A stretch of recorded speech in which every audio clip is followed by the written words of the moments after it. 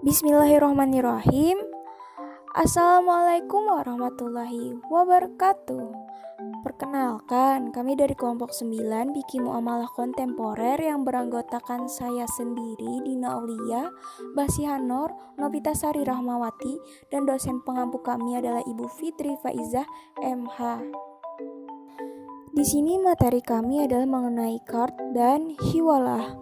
Nanti kami akan bahas satu persatu ya. Jadi, pertama-tama kita akan bahas terlebih dahulu mengenai akad kart.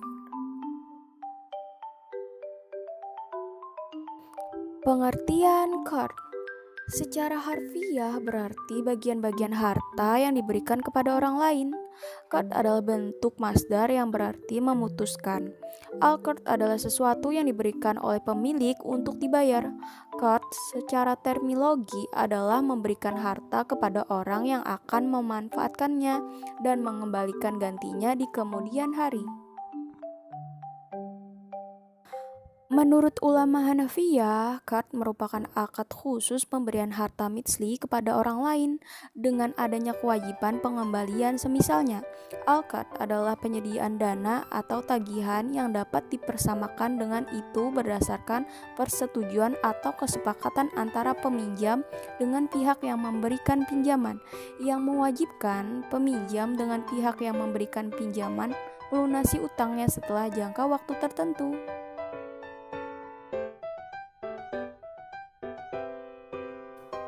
Landasan hukum qard dalam Al-Quran dapat dijumpai dalam surat Al-Hadid ayat 11 yang artinya, siapakah yang mau meminjamkan kepada Allah pinjaman yang baik, Allah akan melipat gandakan pinjaman itu untuknya dan dia akan memperoleh pahala yang banyak.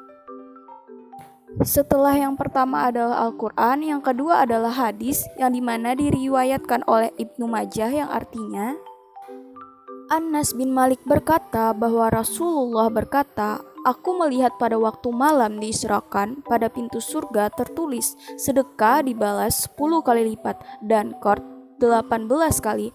Aku bertanya, wahai Jibril, mengapa qard lebih utama dari sedekah?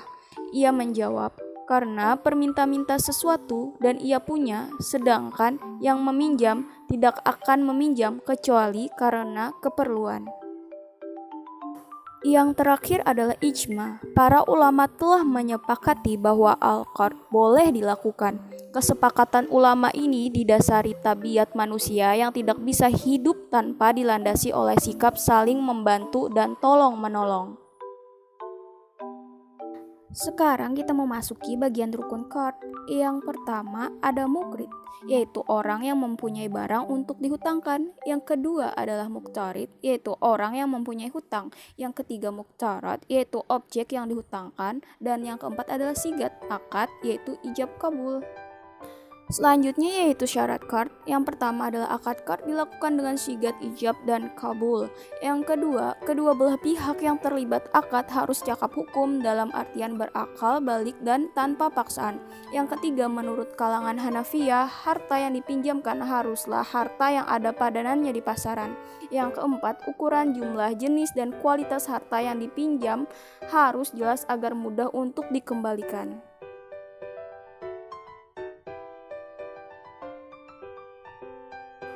Qard dalam lembaga keuangan syariah.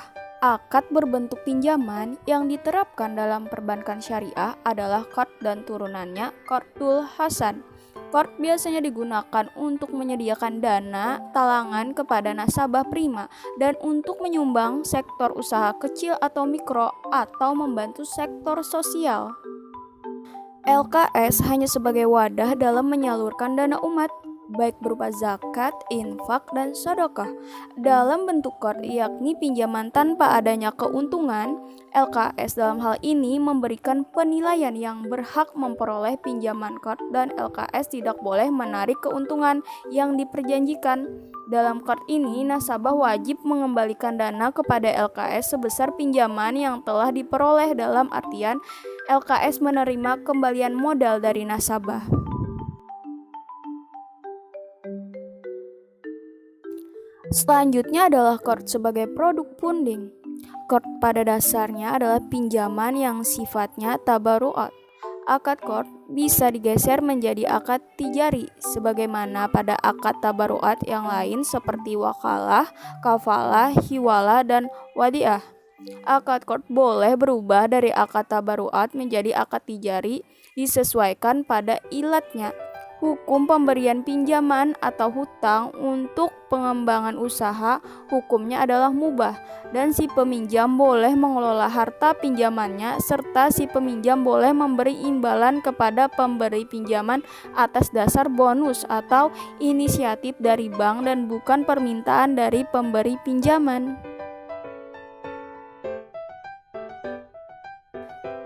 Lanjut, kita memasuki pembahasan yang kedua adalah hiwalah. Pengertian hiwalah. Al-hiwalah secara bahasa artinya al-intikal, pindah, diucapkan hala, anil, ahdi, berpindah, berpaling, berbalik dari janji. Sedangkan secara istilah, definisi al-hiwalah menurut ulama Hanafiyah adalah memindah al-naqlu, penuntutan atau penagihan dari tanggungan pihak yang berutang, al-madin, kepada tanggungan pihak al-multazim yang harus membayar utang. Dalam hal ini adalah al-muhal alaihi.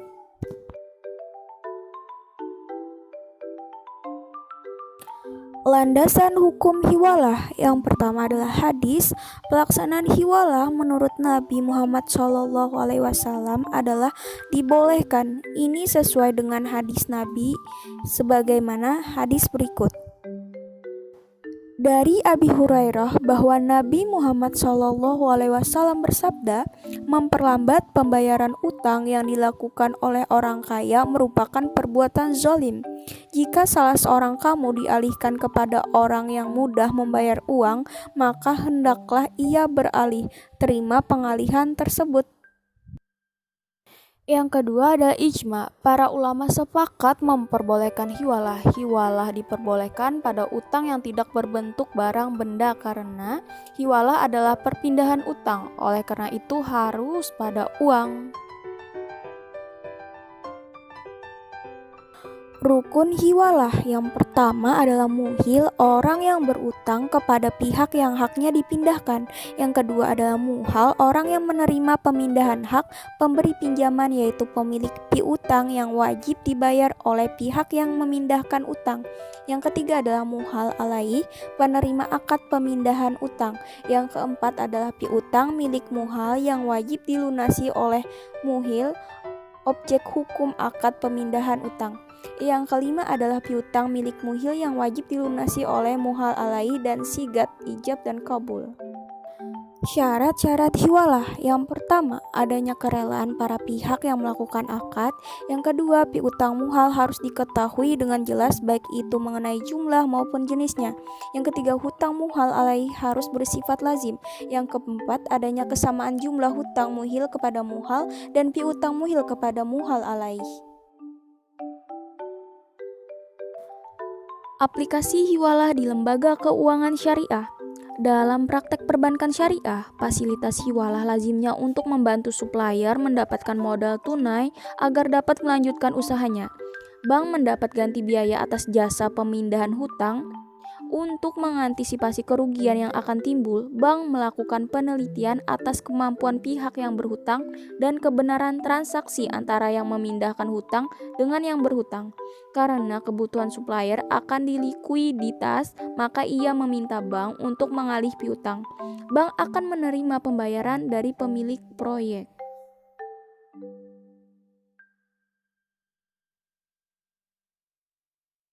Selanjutnya adalah fatwa tentang hawalah bil ujarah.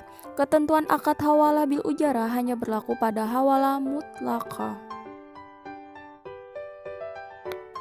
Dalam hawalah mutlaqah, muhal alai boleh menerima ujrah atas kesediaan dan komitmennya untuk membayar utang muhil. Besarnya ujrah tersebut harus ditetapkan pada saat akad secara jelas, tetap dan pasti sesuai kesepakatan para pihak. Pernyataan ijab dan kabul harus dinyatakan oleh para pihak untuk menunjukkan kehendak mereka dalam mengadakan kontrak.